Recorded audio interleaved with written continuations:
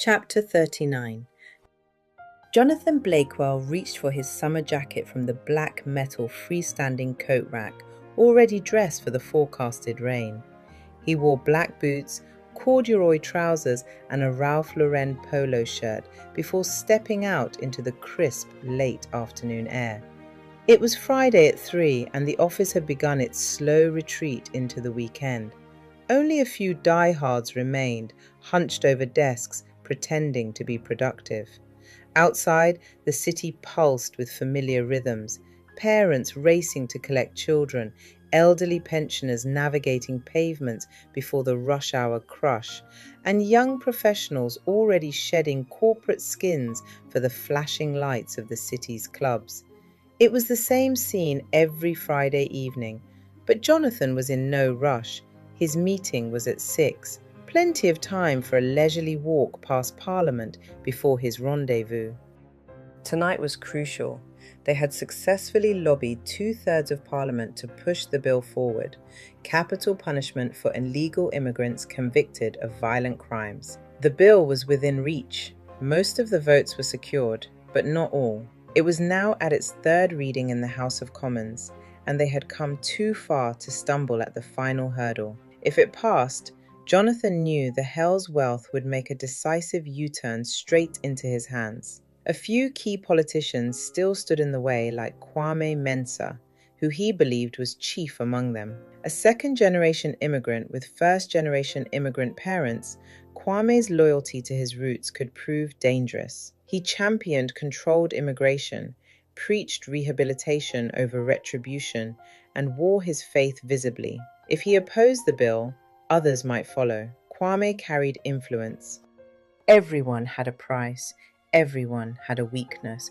Kwame, it seemed, had long harbored ambitions of joining the cabinet, twice overlooked, twice forced to swallow pride. That hunger for power might be the crack Jonathan needed.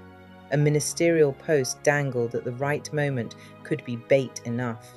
This was politicking. If the bill passed and the dirt surfaced, the current Prime Minister would step down, triggering a reshuffle. Mensah could be elevated, rewarded, transformed into an ally. Would he take the bait? Perhaps. Jonathan turned off Oxford Street onto St. John's Road, passing boutiques, galleries, and cafes overflowing with Friday crowds. London thrived on indulgence, a city where excess stitched itself into every pavement and window display. Traffic snarled in restless waves, buses exhaling fumes, taxis honking in irritation, cars inching forward like stubborn animals. He took a sharp right onto Harriet Road and slipped into the Turkish restaurant. It had become a regular meeting spot, discreet, luxurious, fiercely loyal to its clientele. An exclusive hideout for politicians, not unlike K Street in Washington. The maitre d' guided him to the bar, where he ordered a glass of wine and savoured a few quiet moments before the others arrived. His phone buzzed. Jack Smith, Kwame Mensah, and Fraser Mont were delayed by an incident on the Central Line. The delay gave him time to think about Rachael Brown. Her execution would be the first of many, a precedent. Once the public was conditioned, the rest would follow. The bill would glide through on the back of fear and outrage. At exactly 6:10 p.m., the restaurant door swung open, and a small wave of politicians spilled inside. Jack Smith mouthed an apology as staff ushered them toward a private table. Moments later, Kwame Mensah and Fraser Mont joined them. Banter flowed easily at first. Headlines, scandals, and backroom deals tossed around like scraps of meat to a pack of hungry wolves. Bills and contracts were dissected between bites of lamb skewers and chips, washed down between bottles of beer. Gossip slowly hardened into strategy. Then Jonathan made his move. This bill, we need to secure our country from foreign criminals. What are your thoughts? Silence followed. Jack Smith waited for Kwame to speak first. Fraser Mont simply watched. Kwame chuckled softly, shaking his head. Capital punishment, he scoffed. That's a bit extreme, isn't it?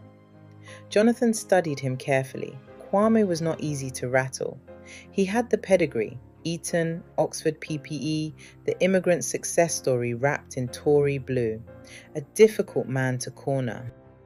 It makes my skin crawl, Kwame continued, setting down his wine glass.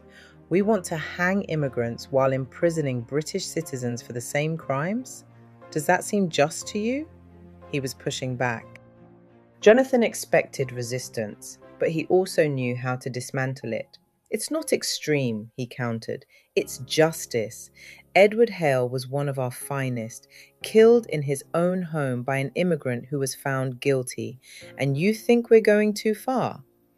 Jack Smith shifted in his seat, the ambition for number 10 flickering behind his eyes. He needed most of them aligned. Jonathan pressed on. What about Jack Bauer, Jim Hastings, Chloe O'Brien, stabbed, run down, poisoned, and their killers walk free within 5 years? He stressed 5 years as though the number itself were the bill's justification. A murmur of agreement rippled around the table. Their lives were taken, Jonathan continued, voice low and persuasive. Yet their killers will see daylight again. They will marry, have children, and buy neat houses in the suburbs. Is this fair to you? Kwame wasn't backing down. Has capital punishment ever stopped home invasions in places like America? He asked calmly. Has it ended mass shootings in schools? Has it deterred violent crime anywhere it is practiced? He leaned forward, meeting Jonathan's gaze head-on. The answer is no. It has done nothing to stop these atrocities. So tell me, why should we introduce it to Britain now? The tension thickened.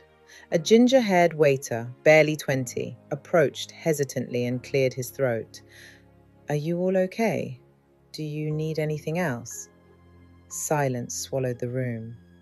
Jonathan turned his head slowly and fixed the young man with a look that made the air colder.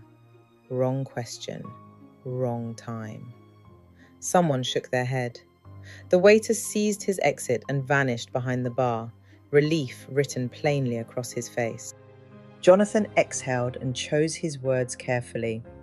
We would lose the point of this bill if it were not applied correctly, he said evenly. When capital punishment applies to everyone, it loses its edge.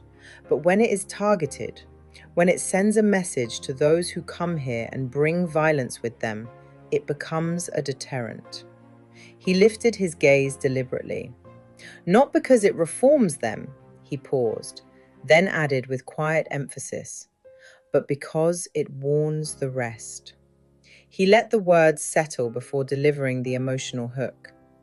And in doing so, we protect our children, our wives, and the sons this country cannot afford to lose. Kwame rubbed his temple slowly. You really think this will go to law? He asked. Jack Smith and Jonathan nodded, almost in unison. Jonathan smiled. The mood of the country is with us on this one, he assured him.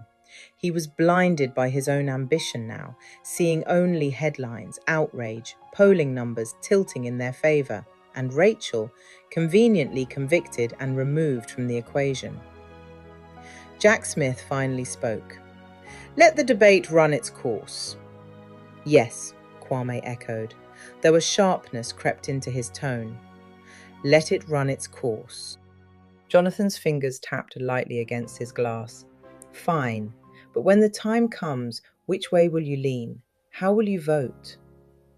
The room tightened into silence. Two were firmly in favour. Fraser Mont remained unreadable.